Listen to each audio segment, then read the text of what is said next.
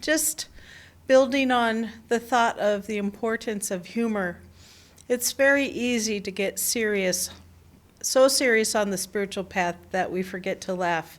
And whenever we would be around Swamiji, he always had such a lightness about him. He of course, was not being trivial or something like that when we were with him, but he always made sure he never took himself seriously. He often said, "I am nothing." And he meant it in a non-egoic way. He could just say that because he knew on some level that, he was but a drop in the ocean, like all of us. And he could say that with full humility. And yet we would look at him and say, "No way that you are nothing." But you're showing us how we should feel about our own selves, actually. And, we, in discipleship, and this path of Kriya, it's easy to become so serious because we're pursuing getting Kriya, and I have to get my meditation up, and I have to change my whole life in order to incorporate this whole new way of being. And it's easy to get kind of serious about that. And so it's important to remember that we do need those light times. We do need to read a joke here and there, or watch a clean comedian, or do things that help us to keep our consciousness up. Master wrote a book. I'm not sure if we have it yet. The Man Who Refused Heaven. There's something called the Wisdom of Yogananda books that we have, and there's a new one out called The Man Who Refused Heaven. So most likely Sangita will have that, but it's about the importance of humor on the path also. So that'll be a good book to add into the Wisdom of Yogananda collection. And so I remember there was one Acharya who 27 years ago was very dry. Whenever he spoke, it was like, okay, here he comes. He's going to talk now. I want to be polite, stay awake. It was just dry. And then he started telling a joke at the beginning of every talk. And Swamiji had even said to speakers, you want to help people open their hearts when you first are talking to them, so that then they're more open to what you're trying to say. And so that's one of the reasons why we do music in the beginning of our satsangs, is to help open the heart so we can receive more what Master wants to give us. So this guy, he started giving a fun joke, like what did the guy ordering a hot dog ask the vendor? Is that what it is? What did the yogi say to the hot dog vendor? Hot dogs, which are a non-veg meal, they put things on it. And so the guy said, make me one with everything. And so then it was like, okay, make me one with everything. So it's always fun to find those yogi jokes that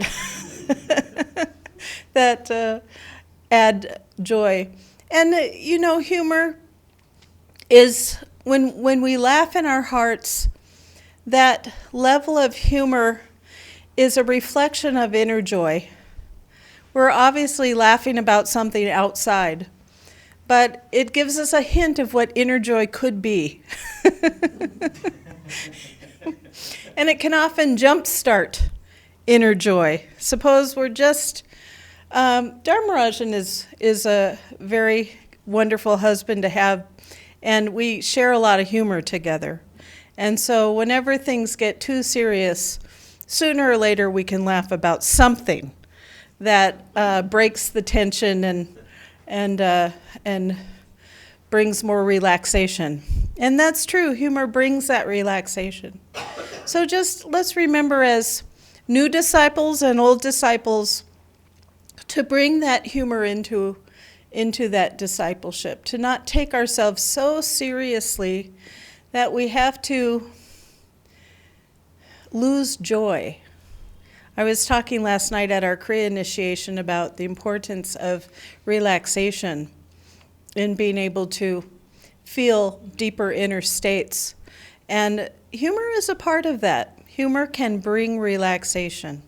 You know, think of when you see some serious guy walk into the room and he's about to give a talk to all the employees or something, and then suddenly he's relaxed and he might say a joke, and then everybody in the audience goes, ah, you know, and kind of relaxes. So it's a very important aspect of the path. And yet, when people would, I guess I would call it overlaugh, someone who tells jokes all the time, Master would kind of say, no, not like that. Someone who is just living too much laughter, Master said, brings us outside of our spine, takes us out of ourselves. And so that's something to take into account also. There was a woman at Ananda who had a laugh very much like a hyena. Actually, Master talked about some guy in one of his talks about someone who laughed like a hyena. But anyway, this person also did that we witnessed in our lifetime. And Swamiji finally said, you got to stop laughing like that. You know, it rang out above everybody else continuously, and there was something wrong in it. So anyway, I'm not sure if she ever decided to modify her laugh, but it's something to take into account. Although I can't say I've noticed anybody here who is constantly telling jokes. Periodically, I remember in the beginning, and maybe people just don't do it around us, which is fine with me, over teasing each other and being way overly personal with each other. You know, like, I know something about you, he, he.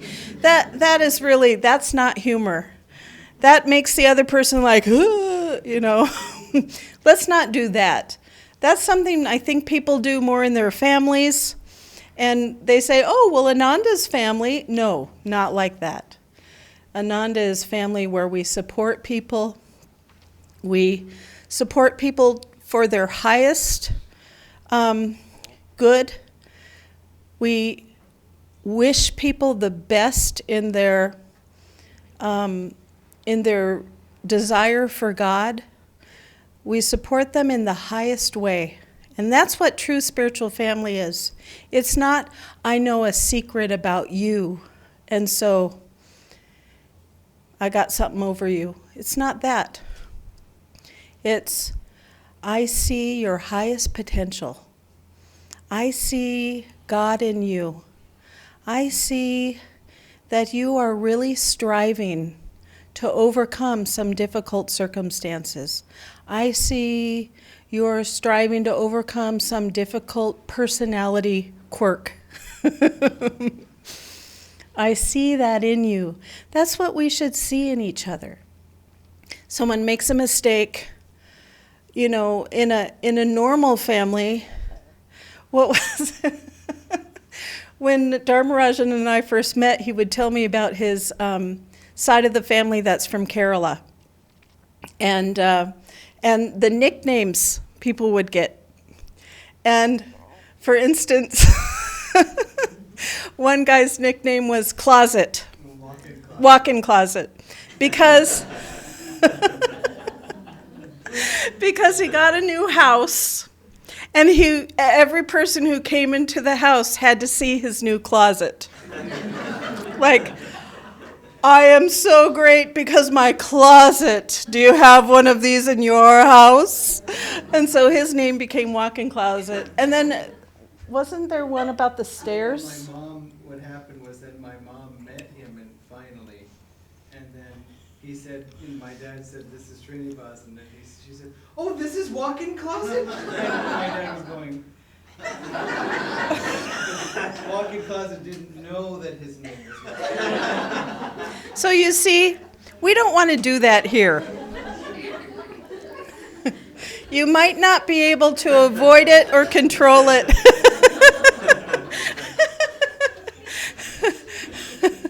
You might not want to be able to avoid it or control it in your own family, but you can control it here. And the thing is, karma is very quick for the devotee. So any devotee that starts making fun of other people or teasing them or saying they have something over them quickly learns that they suddenly realize for the past 10 years their nickname was walk-in closet and they never knew it. Or something happens, and it happens fast. So let's try and purify our hearts as disciples, as devotees. See the best in each other.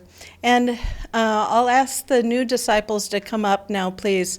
And let's also see the highest in our new friends, our new brothers and sisters who are going to take this discipleship vow. Wish for them the highest good that can ever happen for them. Wish for them one with God.